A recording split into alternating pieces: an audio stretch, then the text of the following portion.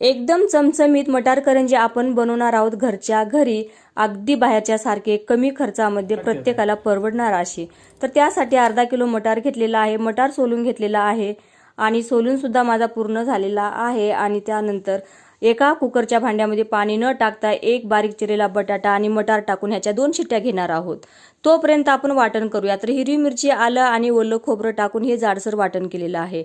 तर आता पटकन आपण कणिक मळूया। तर 2 वाटी इथे मी मैदा घेतलेला आहे, चवीपुरतं मीठ, साजूक तूप टाकून ते घट्टसर आपल्याला थोडं थोडं पाणी करून गोळा मळायचा आहे। तर घट्टसर गोळा सुद्धा आपला तयार झालेला आहे आणि तोपर्यंत कुकर सुद्धा आपल्याला थंड झालेला आहे। आता हे सुद्धा आपल्याला जाडसर वाटण करायचं आहे। तर दोन्ही वाटणं आपली तयार झालेली आहेत। आता करूयात फोडणी।